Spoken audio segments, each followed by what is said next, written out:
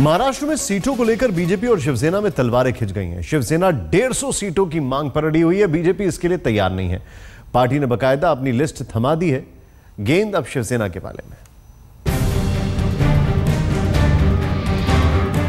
चुनाव सिर पर और खिंच गई तलवारें। महाराष्ट्र चुनाव में कुछ ही दिन बाकी है, लेकिन बढ़ती दिख रही है रिश्तों की दरार।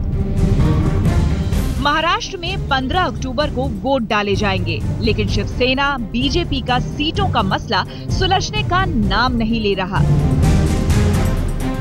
शिवसेना 150 से कम सीटों पर मानने को तैयार नहीं और बीजेपी इतनी सीट देने को राजी नहीं। ऊपर से शिवसेना की हुंकार ये कि महाराष्ट्र में मुख्यमंत्री शिवसेना का ही होगा। क्या हम इस वक्त आने वाले वक्त में महाराष्ट्र के मुख्यमंत्री से बात कर रहे हैं? मैं सपना देखने वालों में से नहीं हूं। मैंने पहले कहा, मैं मुख्यमंत्री पद, मुख्यमंत्री कुर्सी का सपना नहीं देखता, लेकिन कभी जिम्मेदारी से भागने वाला नहीं हूं।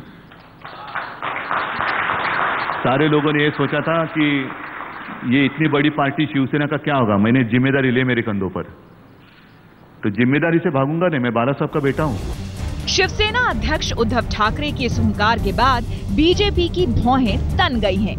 पुराने रिश्तों की वजह से कड़वी घूंट न निगली जा रही है न उगली जा रही।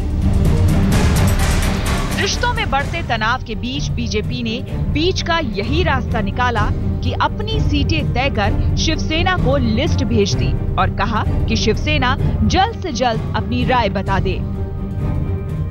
लगभग विमर्श संबंधित सीटों पर हो चुका है और सीटों के बंटवारा के संदर्भ में भारतीय जनता पार्टी के साथ इन छोटे और मजबूत स्थानीय पार्टियों के साथ लगभग गठबंधन की संख्या तय हो चुकी है। अब महाराष्ट्र सियासत और बीजेपी से पुरानी दोस्ती का पूरा दारोमदार शिवसेना पर है।